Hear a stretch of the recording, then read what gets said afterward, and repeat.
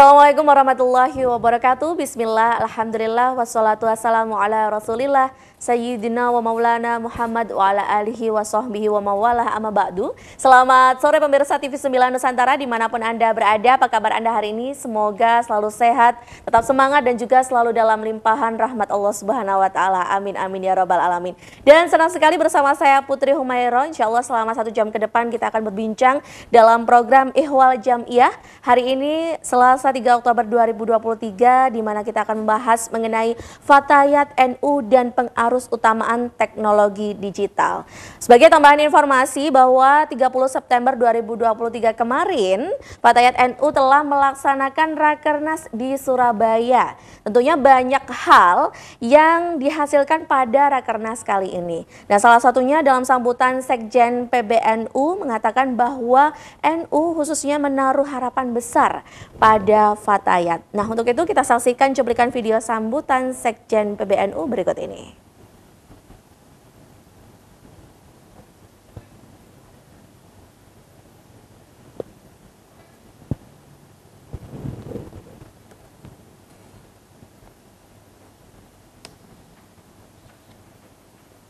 Orang-orang yang terlatih oleh orang-orang yang tidak mudah goyah, oleh orang-orang yang terampil dan mampu mengatasi setiap tantangan zaman.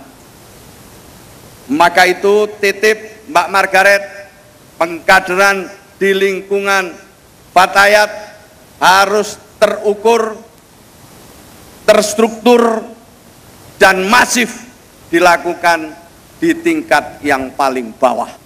Yang kedua yang dititipkan oleh Gus Yahya, sukseskan program GKMNU, Gerakan Keluarga Maslahat Nahdlatul Ulama, yang ini menjadi bagian dari program prioritas dan menyasar langsung ke keluarga-keluarga yang ada di lingkungan masing-masing. Dan yang terakhir, mari kita gandeng tangan untuk bertransformasi dengan mensukseskan digitalisasi tata kelola organisasi. Ini sedang mulai kita rintis di tingkat pengurus besar, mudah-mudahan nanti turunannya sampai ke bawah, termasuk ke badan-badan otonom. Ya, pemirsa, itulah tadi cuplikan video sambutan Sekjen PBNU yang tentunya juga menaruh harapan besar ya terhadap Fatayat khususnya dalam Rakernas kali ini. Nah, dalam membahas tema kali ini yaitu mengenai Fatayat NU dan pengarus utamaan teknologi digital, kita sudah tergabung bersama dengan narasumber kita yang sudah terhubung secara virtual. Saya sapa terlebih dahulu. Yang pertama ada sahabat Margaret Aliatul Maimunah, ya Ketua Umum PP Fatayat NU. Assalamualaikum, selamat sore. Waalaikumsalam warahmatullahi wabarakatuh, Mbak Putri. Ya, selamat sore kabar juga. baik ya Mbak ya, Alhamdulillah.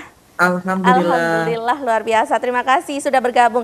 Dan selanjutnya ada sahabat Ufi Ulfia MPP, beliau adalah Ketua Bidang Media dan Litbang. Ini ada kaitannya dengan tema kita kali ini ya. Assalamualaikum, selamat sore Mbak.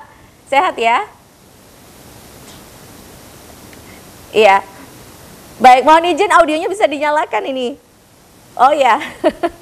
Ya, terima kasih. Waalaikumsalam warahmatullahi wabarakatuh. Okay. Terima kasih, Putri. Ya baik, selain itu juga sudah tergabung pula praktisi industri digital. Nah, ini rasanya luar biasa kalau selain Fatayat juga kita hadirkan praktisi juga untuk mengetahui betul ini apa yang perlu tentunya inovasi dilakukan oleh Fatayat. Ya, ada Mas Adi Marzuki. Assalamualaikum, selamat sore Mas Adi. Waalaikumsalam warahmatullahi wabarakatuh. Selamat sore. Oke, sehat ya Mas ya, Alhamdulillah. Nanti kita ngobrol banyak ini ya mengenai bagaimana industri digital atau bagaimana teknologi digital yang perlu atau dibutuhkan ini ya untuk Fatayat NU khususnya. Saya ke sahabat Margaret terlebih dahulu. Tadi juga sudah ada cuplikan dari sambutan Sekjen PBNU ya mengenai harapannya terhadap Fatayat NU. Khususnya gimana sih menggelar Rakernas di Surabaya baru-baru ini? Apa saja yang diluncurkan ini agendanya dan juga hasil-hasil yang diputuskan ini, Mbak, silakan. Terima kasih, Mbak. Jadi agenda kita itu kemarin digelar dari mulai tanggal 29 sebenarnya Mbak Putri. Oh ya, baik. Kita memulai rapat kerja nasional dengan peserta seluruh pimpinan wilayah Fatayat NU se-Indonesia. Jadi perwakilan dari pengurus di tingkat provinsi gitu ya. Kemudian kita menggelar rakernas itu sampai hari Minggu. Dan di situ kita membahas strategi penguatan organisasi ya sebenarnya. Kita terbagi menjadi kita memfokuskan pada 7 bidang dan ada 8 lembaga, karena pada saat rakernas kemarin kita meluncing 1 tambahan lagi lembaga, yaitu lembaga Bahsul Masail Fatayat NU. Baik. Nah, sebenarnya rakernas ini adalah agenda untuk menguatkan bahwa kita punya visi bersama, Mbak, yaitu menguat bersama, maju bersama untuk perempuan Indonesia dan peradaban dunia. Visi ini sebenarnya fokus pada 4 hal. Yang pertama adalah penguatan struktur kelembagaan organisasi. Baik. Jadi kita rencana akan melakukan akreditasi terhadap kepengurusan di tingkat pimpinan wilayah maupun pimpinan cabang, kaitannya untuk melihat potensi kekuatan di masing-masing pimpinan wilayah dan pimpinan cabang.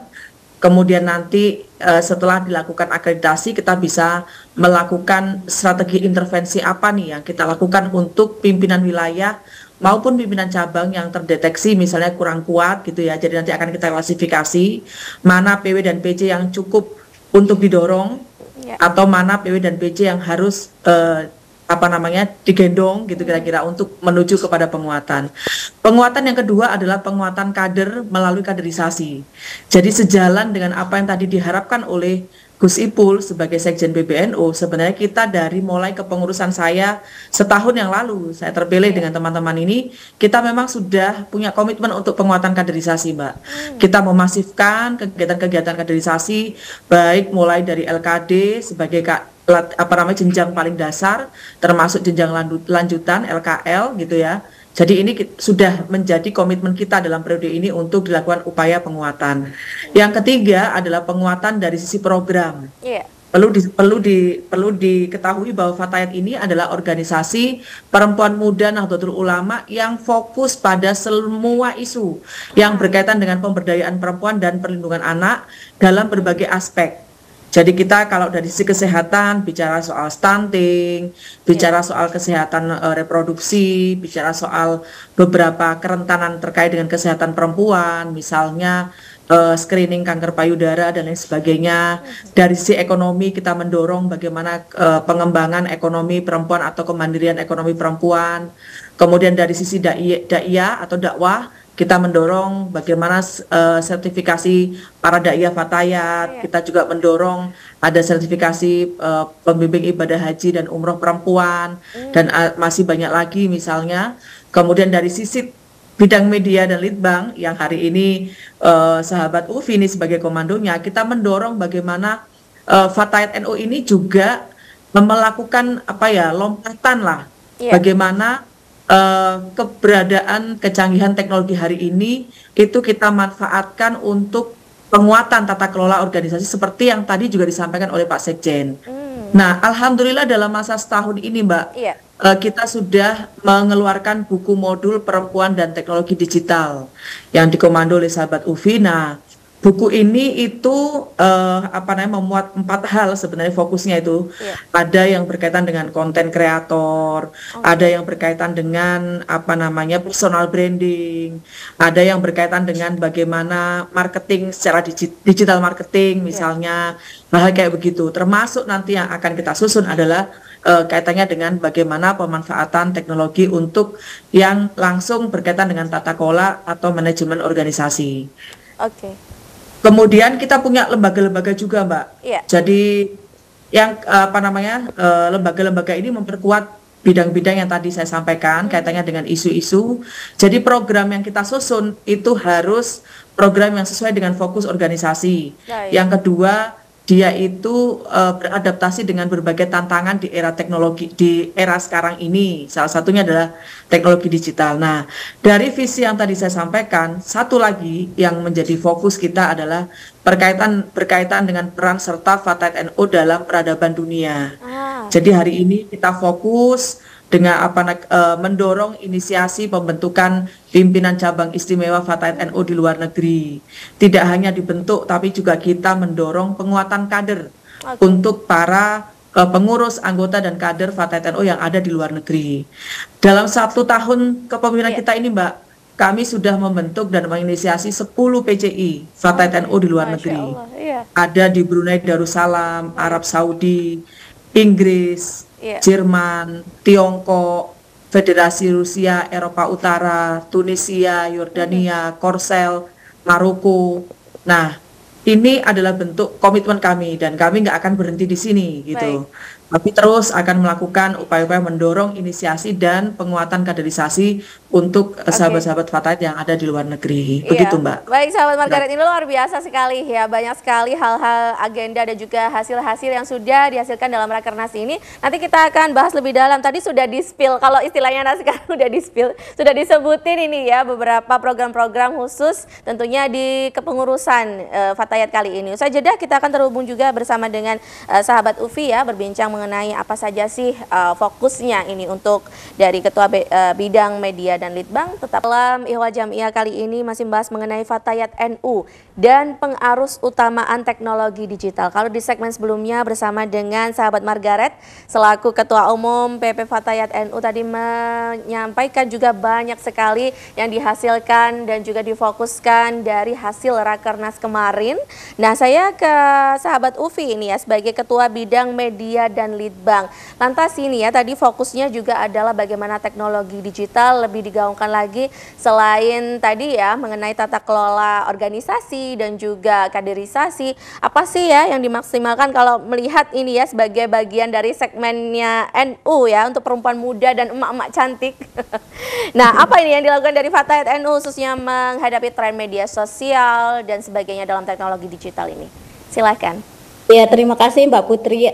Kami di pimpinan Pusat Fatayat NU menyadari betul bahwa arus baru teknologi digital ini mengandung dua hal. Yang pertama dia adalah potensi, yang kedua adalah dia tantangan. Misalnya lihat kalau dalam sisi potensi, teknologi digital ini membawa serta di dalamnya satu potensi inklusivitas. Inklusivitas itu adalah memungkinkan semua orang untuk memiliki kemampuan dalam menggunakan, mendapatkan manfaat. Tidak peduli kamu latar belakangnya apapun, nggak perlu misalnya kamu berasal dari satu keluarga yang rich gitu. Itu ada arah baru yang dibawa serta oleh dunia digital. Kami menyadari betul itu. Yang kedua, kita juga tahu betul bahwa di dalamnya mengandung challenges, tantangan yang apabila kita tidak melakukan respon terhadap arus yang begitu cepat ini, maka dampaknya kita akan ketinggalan. Dari peta itu kemudian saya dan teman-teman dikomandai oleh Mbak Ketum, Mbak Margaret, kami menetapkan sejumlah agenda strategis di teknologi digital ini. Ternyata misalnya ketika dilihat ada kebutuhan bagi kader-kader dari Fatayat NU ini untuk memiliki kapasitas dalam respon itu.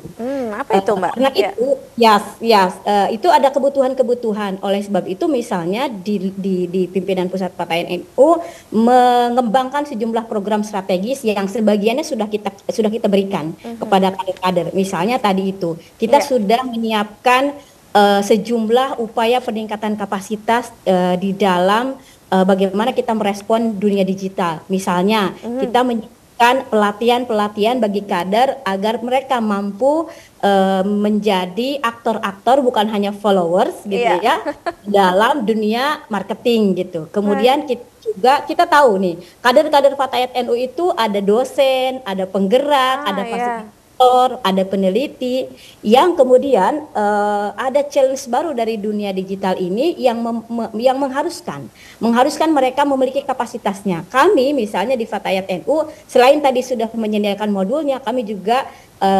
memberikan sejumlah peningkatan kapasitas dalam sejumlah platform digital. Mungkin Mas Adi tahu misalnya kami memberikan peningkatan kapasitas untuk satu platform namanya Mural. Mural adalah satu teknologi yang bisa digunakan oleh kader-kader dengan berbagai latar belakang. Misalnya kalau mereka mau bikin perencanaan, mau design thinking, mau bikin riset thinking, mau bikin bisnis Canva, anything, itu dulu kita harus melakukannya dengan latihan mungkin seminggu atau 1 bulan. Betul. Hanya dengan satu platform digital itu bisa diberikan secara cepat. Saya sudah exercise ini Iya. dengan teman PW dan hasilnya luar biasa. Ini sesungguhnya juga ada karakter di mana kader-kader NU itu cukup adaptif, Mas Adi. Adaptif. Jadi ketika kemudian diajak belajar gitu cukup cepat Iya. perubahan sehingga mereka bisanya langsung mampu. Kemudian apa namanya, beberapa hal lagi misalnya kita kan organisasi keagamaan Islam, keagamaan perempuan yang memiliki misi. Iya. Misi termasuk salah satunya hari ini yang harus direspon adalah misi di ruang-ruang digital. Oke. Karena itu misalnya kita menyiapkan sejumlah kapasitas terhadap misalnya daiyah-daiyah agar mereka memiliki kemampuan, karena itu memang harus diinjeksi, Mas Adi, kemampuannya tidak bisa hanya dilepas begitu saja, karena di situ misalnya di dunia digital itu how you can speak just 1 minute or 2 minute gitu. Itu Sesuai kan dengan kebutuhan begitu ya saat Ya. ini. Iya. Jadi garis besarnya ada 2. Kita sudah menyiapkan serumpunan sejumlah peningkatan kapasitas untuk kader-kader NU. Kita juga menyediakan atau provide sejumlah servicesnya. Misalnya kami sedang bergerak untuk melakukan database. Kami juga sedang bergerak menuju penyediaan MIS, Manajemen Informasi Sistem, Oke. di lingkungan Fatayat NU. Iya. Itu beberapa hal yang bisa saya sampaikan di forum ini. Nanti ya, oke. Saya geser ke Mas Adi terlebih dahulu ini ya, sebagai praktisi industri digital. Bagaimana tanggapannya ya mengenai yang sudah disampaikan oleh sahabat Ufi, khususnya sudah membaca ya bagaimana arus teknologi digital yang atau kebutuhan saat ini. Kalau melihat peluang ya dari Fatayat sebagai organisasi besar, khususnya organisasi perempuan dalam dunia digital ini, bagaimana menurut Mas Adi? Terima kasih. Sebelumnya saya mau sampaikan apresiasi saya sudah diundang ke TV 9 dan saya mau mengucapkan selamat dan sukses untuk Fatayat yang baru kongres ya. Luar biasa. Appreciate banget ada kelompok milenial dan Gen Z yang berhimpun di satu organisasi yang berbasis religi. Itu termasuk di dunia ini mungkin langka ya, dan mungkin untuk komunitas milenial di dunia ini Fatayat mungkin terbesar ya. Wow, luar biasa. Apalagi mengembangkan sayap untuk PCINU-nya juga ini ya. Iya. Tadi sudah disampaikan sama sahabat Margaret dan sahabat Duki itu sudah ready banget, karena memang kalangan milenial dan Gen Z ini memang adalah kalau di industrinya disebut digital native ya, jadinya sudah lahir-lahir sudah ada di dunia digital, berbeda dengan saya yang ada di generasi sebelumnya. Saya harus adaptasi dulu. Kalau digital native ini kan lahir sudah langsung tidak perlu beradaptasi lagi, sudah langsung ada di dunia digital. Itu perbedaannya. Tapi di sini kebetulan saya masuk sebagai pelaku industri, jadi saya mungkin akan sedikit membahas dari aspek teknologi dan potensi yang kemungkinan bisa bermanfaat untuk satu komunitas milenial Muslim yang besar. Oke. Iya. Jadi kita tahu Indonesia ini adalah satu negara yang dianggap sebagai komunitas digital terbesar di dunia, di Asia Tenggara minimal. Ada 200 juta pengguna internet di sini dan 45%-nya itu wanita. Baik. Karena ada 90 jutaan pengguna internet di Indonesia itu adalah wanita. Dan saya yakin lebih dari separuhnya itu milenial. Jadi tentunya kalau dari sisi industri ini akan dianggap sebagai satu potensi market yang sangat besar, sehingga yang saya lihat untuk Fatayat ini harus mengantisipasi supaya jangan hanya dilihat sebagai market, melainkan juga tadi seperti kata sahabat Ufi itu harus juga menjadi aktor, menjadi pelaku. harus merebut sumber-sumber ekonomi digital ini yang sebetulnya memang sangat luas dan sangat besar, dan kebanyakan dari kita ini di Indonesia terus terang aja hanya sebagai, mungkin tadi istilahnya follower ya, sebagai market. Nah itu yang kemudian saya pikir Indonesia sebagai negara yang sebetulnya tidak tertinggal ya kalau dari sisi teknologi maupun dari sisi wawasan tentang dunia digital ini, harusnya juga bisa mengambil peran. Ya mungkin Pak Tayat ini bisa menjadi pionir ya untuk wanita-wanita Indonesia ini mengambil perannya di industri digital ini, bukan hanya sebagai pelaku e-commerce yang hanya belanja, atau bagaimana caranya mendapatkan benefit dari platform yang ada, seperti itu. Kira-kira begitu untuk awal diskusi kita. Oke, ya. Bagaimana juga bisa mengambil peluang itu ya, tidak hanya menjadi follower, tapi juga bisa menjadi trendsetter begitu ya. Kita akan bahas kembali ini ya bersama dengan Mas Adi dan juga sahabat Margaret dan juga sahabat Ulfi. Tentunya masih membahas mengenai bagaimana ini ya Fatayat NU juga khususnya dalam pengaruh utamaan teknologi digital. Iya, Fatayat NU dan pengaruh utamaan teknologi digital masih kita bahas dalam Ihwal Jamiyah kali ini. Kalau di segmen sebelumnya sudah disampaikan oleh Ketua Bidang Media dan Litbang PP Fatayat NU, sahabat Ufi, bagaimana juga banyak hal program-program baru yang dikhususkan untuk bagaimana membaca arus teknologi digital yang sudah ada. Dan tadi bersama dengan Mas Adi, lantas ini ya untuk peta industri digital hari ini dan juga trennya ke depan seperti apa sih ya, mungkin juga bisa dibaca oleh kawan-kawan sahabat-sahabat Fatayat NU dan bisa diisi khususnya. Selain tadi ya, tidak hanya menjadi follower aja atau menjadi konsumen aja, tapi juga bisa menjadi trendsetter atau influencer. Bagaimana Mas Adi? Terima kasih.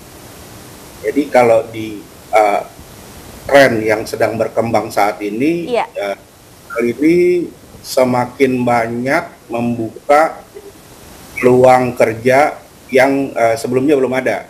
Jadi ada aspek disruptif di sini yang menyebabkan banyak lapangan pekerjaan yang tadinya ada. Sekarang ini sudah harus hilang ya, digantikan. Digantikan sama otomatisasi dari teknologi digital, ya, disebut artificial intelligence, AI. Jadi di teknologi AI ini banyak sekali pekerjaan-pekerjaan yang tadinya mungkin ada teman-teman wanita yang dulunya mengerjakan jadi customer service atau apa. Jangan-jangan jadi DAI nanti bisa digantikan AI ini, Mas? Nggak bisa. Ya. PCR itu kan harus mantul ya, harus ada dalil-dalil. AI biar bagaimana nggak bisa mempelajari itu dan mendapatkan legitimasi untuk bisa melakukan CR. Tapi yang jelas banyak sekali pekerjaan-pekerjaan yang tadinya ada sekarang sudah tidak ada. Itu yang harus disikapi juga dan harus kemudian mengambil peran juga di lapangan kerja baru yang tercipta dari adanya inovasi di teknologi digital. Seperti apa itu, Mas? Ya. Seperti misalnya tentunya yang paling mudahnya, yang paling gampang terlihat di kita itu adalah di aplikasi. Aplikasi yang bisa kita pergunakan itu banyak yang kemudian bisa menjadi metode untuk mendapatkan penghasilan. Ya, dengan orang yang tadinya tidak belajar desain tiba-tiba bisa desain, bisa melakukan videografik dengan bantuan teknologi AI di aplikasi digital seperti itu. Tapi terutama harus kami dulu bagaimana Fatayat bisa mengambil peran, misalnya membangun platformnya Fatayat sendiri. Seperti yang dilakukan sama TV9, membangun platform sendiri, kemudian beradaptasi dengan teknologi yang ada dan mengambil perannya atau porsinya di industri yang cukup besar ini. kira seperti itu. Oke, iya, saya bergeser ke sahabat Margaret ini ya, sebagai Ketua Umum PP Fatayat NU. Bagaimana ini menanggapi tadi yang sudah disampaikan oleh Mas Adi? Silakan. Ya, saya kira sahabat-sahabat Fatayat hari ini juga sudah melihat ada banyak peluang di sisi yang tadi disampaikan oleh Mas Adi. Iya, dari lapangan pekerjaan yang tergantikan juga, begitu ya. Jadi sahabat-sahabat Fatayat di semua bidang lembaga itu bisa memanfaatkan teknologi digital, Mbak. Oke. Misalnya digital marketing. Baik. Ini untuk memfasilitasi para sahabat-sahabat Fatayat yang punya usaha ya. Iya. Mereka memasarkan secara digital gitu kan, produk yang dia buat gitu. Kemudian misalnya juga personal branding. Ini lebih kepada para dai Fatayat. Oke. Gitu. Jadi kalau waktunya Ramadan itu pasti bertebaran karena kita punya program namanya punya program namanya Ngalim, ngaji 5 menit. Oke. Jadi itu ceramah singkat gitu ya, yang itu digilir para dai tidak hanya dari tingkat pusat tetapi juga wilayah gitu. Hampir semua bikin ini. Jadi pasti ini kan kemudian bisa memanfaatkan teknologi digital, kemudian teman-teman, sahabat-sahabat Fatayat secara nggak langsung nih, belajar juga bagaimana personal branding ya, belajar juga bagaimana misalnya kapasitas videonya itu bisa bagus apa bagaimana, kreativitasnya seperti apa, pada akhirnya dituntut gitu, meskipun juga kita akan mengimbanginya dengan pelatihan terkait gitu ya. Misalnya juga untuk program yang lain, kesehatan misalnya, kita memanfaatkan teknologi digital hari ini untuk sosialisasi. Misalnya program yang hari ini kita lakukan, ada screening kanker payudara bekerjasama dengan Rumah Sakit Siloam. Nah ini kan menggunakan teknologi digital untuk mensosialisasikan tentang program ini yang dijalankan di sekitar 16 atau 17 titik seluruh Indonesia gitu. Jadi hampir semuanya hari ini termasuk ya Mbak ya, yang paling basic aja ya, soal kaderisasi. Ini kan sangat organisasi banget ya. Betul. Tapi hari ini kita dituntut bagaimana misalnya dari sisi pemaparan materi itu bisa menjadi eye catching atau bisa menjadi lebih mudah diterima, itu kita menuju ke sana gitu kira-kira. Jadi semua bidang lembaga yang ada di Fatayat itu sekarang pasti berupaya untuk memanfaatkan teknologi digital, meskipun kami juga sadar bahwa ini mesti terus terus ditingkatkan, terus dilakukan upaya untuk bisa sangat maksimal dalam mengoptimalkan pemanfaatan teknologi digital. Meskipun juga beberapa hal yang misalnya mendorong jadi YouTuber, mendorong konten kreator ya. Memang potensi yang ini kayaknya dari sekian jumlah sahabat Fatayat yang ada di seluruh Indonesia masih perlu didorong lebih keras ini terkait dengan ini. Nah, mudah-mudahan dengan modul yang baru jadi tadi ini semakin mendorong sahabat-sahabat Fatayat untuk memasuki beberapa peluang yang tadi disampaikan oleh Mas Adi. Tapi apakah itu juga menjadi salah satu tantangan ini, sahabat Margaret, yaitu sangat banget, Pak. Apa nih yang sudah terbaca dari sahabat-sahabat Fatayat? Seperti yang kita ketahui bahwa kan sahabat-sahabat Fatayat ini kan bukan orang yang stay-nya cuma di kota saja. Kemudian juga ada sebagian dari yang belum masuk pada dunia yang belum begitu bersentuhan banyak dengan teknologi digital. Saya kira ini tantangan. Termasuk pemanfaatan teknologi dalam tata kelola organisasi. Ini masih tantangan banget buat Fatayat. Tetapi meskipun ini tantangan, kita kan semangatnya adalah bahwa Fatayat hari ini yang sudah memasuki usia 73 tahun mesti melakukan adaptasi, mesti melakukan penguatan peran dengan beradaptasi pada berbagai tantangan di era kekinian. Salah satunya adalah soal kecanggihan teknologi. Kecanggihan teknologi ini seperti yang tadi disampaikan oleh sahabat Ufi, tidak hanya pada potret yang mengambil sisi positif untuk penguatan, tetapi juga mewaspadai adanya berbagai tantangan atau dampak negatif dari keberadaan kecanggihan teknologi yang ada. Misalnya semakin berkembangnya kejahatan cyber hari ini yang banyak mengancam perempuan dan anak, ini tentu juga menjadi perhatian dari Fatayat juga. Saya kira itu. Iya, baik, kita akan lanjutkan kembali ya perbincangan kita ya mengenai bagaimana pengaruh utamaan pengembangan teknologi digital dengan Fatayat NU. bahas mengenai Fatayat NU dan pengarus utamaan teknologi digital. Rasa-rasanya ini sudah tadi kalau sudah disebutkan atau disampaikan oleh sahabat Margaret sudah menjadi hal utama atau hal penting mengenai pemanfaatan teknologi digital dan Fatayat NU sudah siap menghadapi ini. Nah, mengenai tadi sahabat Margaret yang sudah disinggung oleh Sekjen PBNU ya Gus Ipul mengenai gerakan keluarga maslahah Nahdlatul Ulama. Program ini apa ini yang akan dimaksimalkan dari Fatayat NU ini? Sebenarnya kan program gerakan keluarga maslahah ini kan suatu program yang dimiliki, dikomandoi oleh PBNU ya Mbak. Iya. Melibatkan beberapa banom, yaitu Muslimat, Ansor, Fatayat, IPNU dan IPPNU. Baik.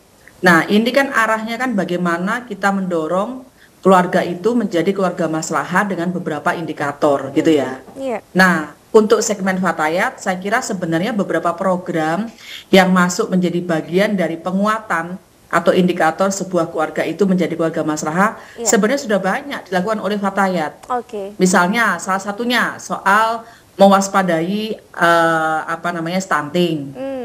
Bagaimana kemudian mulai dari sejak remaja gitu ya. Kalau itu kan berarti IPPNU ya dan IPPNU ya, misalnya terkait dengan zat besi dan lain sebagainya gitu ya. Nah, ketika sudah mulai masuk pada fase kehamilan, tentu ini kan menjadi fokus dari Fatayat bagaimana para perempuan muda usia produktif yang rata-rata usia Fatayat ketika memasuki kehamilan mesti memperhatikan pemenuhan gizi selama kehamilan gitu ya. Kemudian sampai ketika melahirkan, kemudian bagaimana 1000 hari kelahiran pertama, apa hal-hal yang mesti dilakukan dari itu sisi untuk dari segi kesehatan ya. Baik. Ya, dari sisi kesehatan. Dari sisi ekonomi pun juga sama, beberapa hal juga sudah dilakukan oleh Fatayat. Ini kan tinggal kemudian merger ya Mbak ya. Iya. Merger kemudian menjadi sebuah gerakan yang sinergis atau yang dalam keterpaduan dengan beberapa banom yang lain, tinggal itu aja. Tapi kalau dari sisi program sebenarnya di GKM sudah banyak yang kita lakukan dan itu sama dengan yang menjadi stressing dari konsep dari GKM yang memang digagas oleh PBNU. Oke, ya saya mungkin bergeser ke sahabat Ufi untuk melancarkan ini ya terkait gerakan keluarga maslahah. Apa untuk memanfaatkan media dan juga teknologi digital bagaimana untuk penyebarannya ini? Iya, gerakan keluarga maslahah itu menurut saya sebuah gagasan yang sangat luar biasa, penting. Dan begini Mbak, keluarga maslahah itu kan sebuah gagasan yang meletakkan target dari peningkatan kualitas itu pada keluarga. Iya. Kalau dihubungkan dengan kemiskinan, maka kelihatan jelas tuh kalau menggunakan gagasan keluarga maslahah. Kalau kita mau misalnya meletakkan gagasan poverty reduction atau poverty alleviation, maka letaknya itu ada pada keluarga. Ukurannya jelas di keluarga maslahah. Misalnya yang disebut dengan kesejahteraan, keadilan, keluarga itu dia harus sejahtera dari ekonomi, basisnya keluarga, dia harus memiliki kesehatan. Jadi indikatornya di keluarga maslahah itu menurut saya sangat clear.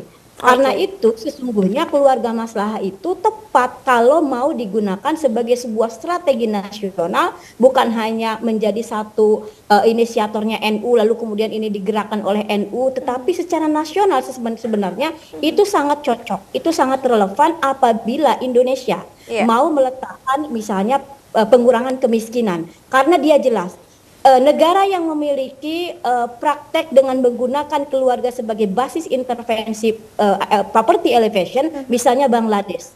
Bangladesh itu ada satu gerakan BREAK namanya di Bangladesh yang meletakkan unsur targetnya itu di keluarga. Jadi yang disebut dengan keluarga, kalau Anda mau keluar dari kemiskinan, pastikan anaknya sarjana, pastikan sehat dan lain-lain. Itu semuanya perangkatnya ada di keluarga maslahah. Nah, bagaimana kemudian ini dengan Fatayat? Seluruh logika pengembangannya, strateginya itu sangat Fatayat banget gitu. Karena Fatayat selama ini juga basisnya adalah keluarga. Menurut saya justru yang harus didorong adalah selain kemudian di lingkungan kita, inspirasi GKM NU ini harus diangkat sesungguhnya kepada tataran bagaimana ini mempengaruhi kebijakan nasional. Bappenas Oke. hari ini sudah sama, Mbak. Kalau kita Iya. lihat perencanaannya Bappenas itu sama, dia meletakkan keluarga. Tapi kalau kita lihat GKMNU, indikatornya itu lebih jelasan kita gitu, lebih Oke. jelasan yang di PBNU Lebih itu. rinci, iya. Exactly gitu. Saya cukup mempelajari pendekatan property reduction-nya di Bangladesh yang itu menaikkan sampai hari ini itu 8 digit kemiskinan, dan itu jago banget Iya. Bangladesh dari kubangan kemiskinan. Lantas sahabat Ufi, untuk memaksimalkan itu, apakah untuk pemanfaatan dari berbasis teknologi digital, apakah juga dilakukan dari Fatayat NU ini mengenai gerakan keluarga maslahah ini? Itu menjadi tak terhindarkan, itu Iya. harus demikian. Misalnya gini gagasannya, meletakkan gagasan keluarga maslahah dalam indikator kesehatan misalnya, sesungguhnya itu teknologi informasi, teknologi digital itu memungkinkan digunakan sebagai alat untuk menciptakan kesehatan yang lebih inklusif. Ada satu alat yang waktu itu saya dengan teman-teman sebenarnya mendorong di pemerintah, alat yang digital untuk mendeteksi USG yang Oke. itu bisa bisa dibawa kemana-mana, dan itu murah dan itu efisien. Maksud saya adalah kalau dihubungkan gagasan keluarga maslahah dengan bagaimana kita mendorong pemanfaatan digital untuk kepentingan indikator-indikator itu terampu oleh digital, maka itu sangat penting menurut saya, tak terhindarkan gitu ya. Di lingkungan Fatayat sendiri misalnya hari ini kami di Fatayat juga baru saja launching satu rencana kerja membuat 1001 konten. Oke. Membuat 1001 konten yang salah duanya itu banyak bertebaran yang berkaitan dengan keluarga maslahah. Baik, iya, iya. Dan itu sudah dilakukan begitu ya, dari sahabat Ufi. Sudah Ya, Pak. dilakukan, Mbak. Sudah dilakukan. Baik. Terakhir ini saya ke Mas Adi Marzuki. Mas Adi, lantas apa ini yang bisa diharapkan khususnya ya untuk fokus dalam berteknologi atau berdigital ini ya untuk Fatayat NU? Silakan Mas. Ya, mohon izin Mas Adi untuk audionya bisa dinyalakan. Ya, silakan. Saya pikir ini momentum untuk Fatayat membangun lebih banyak lagi kolaborasi dan kemitraan dengan industri. Saya misalnya bisa menawarkan ada satu kelompok pelaku industri ya, industri digital yang mungkin bisa jadi mitra untuk Fatayat supaya bisa segera mengadopsi dan juga menjadi pelaku dari industri digital ini, bukan hanya tadi sekedar market ya. Dan kolaborasi ini juga bisa membantu Fatayat untuk bisa melakukan digital literasi dan kemudian memanfaatkan platform digital untuk bisa mengoptimalkan tadi mulai dari organisasi maupun sampai pembangunan ekonomi, dan terutama pada saat ini bisa mengantisipasi juga adanya misinformasi tadi, misinformasi karena ini sangat intensif, maka sangat banyak juga bertebaran sisi buruk dari platform-platform digital yang ada. Oke. Iya, kata kuncinya adalah kolaborasi. Terima kasih Mas Adi. Saya bergeser ke sahabat Ufi. Sahabat Ufi, silakan apa yang bisa disampaikan di akhir segmen kali ini. Tentu saja dari sisi Fatayat kami sudah menyiapkan seperangkat tadi itu, perencanaan peningkatan kapasitas, penyediaan sejumlah penyediaan layanan yang akan memastikan benefitnya kepada baik itu kepada pengurus-pengurus Fatayat NU maupun kader-kader Nahdlatul Ulama, jamaah Nahdlatul Ulama secara umum. Tetapi kalau di mana harapan Fatayat NU, kita ingin semuanya belajar memang, kemudian memastikan bahwa kita merespon ini secara produktif, dan kepada industri sana yang mungkin juga bisa lihat bagaimana di sini. Jadi saya ingin semua memiliki kesadaran bahwa Fatayat itu punya potensi yang sangat besar, kata Mas Adi tadi. Jadi sesungguhnya bekerja sama dengan Fatayat itu sesuatu hal yang benefitnya itu bisa dilihat gitu, bisa dilihat dengan jelas ya. Karena itu kita mengajak kolaborasi pada siapapun gitu dengan Fatayat itu untuk berkolaborasi, memastikan ya kualitas sumber daya manusia Indonesia ini juga semakin semakin bagus gitu ya, dan juga dengan Fatayat juga sebenarnya bisa menjadi langkah bagi terciptanya kesejahteraan. Ya, artinya gitu, terbuka ya untuk juga diajak kolaborasi begitu ya, sahabat Betul, Ufi. Fatayat orang yang sangat sangat humble, yang sangat terbuka dengan kolaborasi. Oke, baik, saya bergeser ke sahabat Margaret. Ya, silakan sahabat Margaret sebagai Ketua Umum PP Fatayat NU ini apa harapan kedepannya, khususnya untuk digitalisasi ya yang ada dalam Fatayat NU. Jadi gini Mbak, kita kan tahu bahwa jumlah penduduk Indonesia itu perempuan kan hampir separuh ya. Maka perempuan itu sangat penting dilibatkan dalam apapun, dalam pembangunan, dalam semuanya lah untuk penguatan bangsa ini. Saya kira tidak bisa meninggalkan perempuan. Termasuk salah satunya adalah bagaimana mengajak perempuan ini sebagai bagian dari yang mampu memanfaatkan kecanggihan teknologi dengan yang positif ya, dengan yang positif. Nah, kita juga tahu bahwa ada gap loh. Perempuan ini sebagian itu nggak bisa langsung kemudian punya kapasitas. Nah, posisi Fatayat ini adalah untuk mendorong supaya menjadi wasilah gitu ya, menjadi penyambung supaya semakin banyak perempuan itu bisa memiliki kemampuan untuk melakukan optimalisasi pemanfaatan terhadap kecanggihan teknologi dalam berbagai hal yang itu menjadi feel atau fokus dari masing-masing anggota atau kader Fatayat. Tapi yang jelas untuk upaya penguatan ini, mengatasi gap ini, Fatayat nggak mungkin bisa sendiri, Mbak. Pasti Fatayat butuh sinergi. Jadi mengamini yang tadi disampaikan oleh Mas Adi soal kolaborasi, mengamini juga yang tadi disampaikan oleh sahabat Ufi, bahwa Fatayat sangat terbuka dengan berbagai pihak manapun untuk upaya penguatan para kader, para anggota Fatayat dalam kaitannya dengan optimalisasi pemanfaatan teknologi digital. Oke, tentunya ini juga untuk mencapai visi misi ya, tidak hanya fokus pada nasional tapi juga bagaimana peradaban dunia begitu ya. Terima kasih sahabat Margaret, terima kasih sahabat Ufi dan juga Mas Adi sudah bergabung bersama kami. Semoga apa yang sudah disampaikan bisa bermanfaat untuk kita semua. Dan demikian pemirsa Ihwal Jamiah episode kali ini. Untuk itu saya Putri Humayra mohon pamit undur diri. Wallahul muwaffiq ila aqwamit thoriq. Wassalamualaikum warahmatullahi wabarakatuh. Sampai jumpa.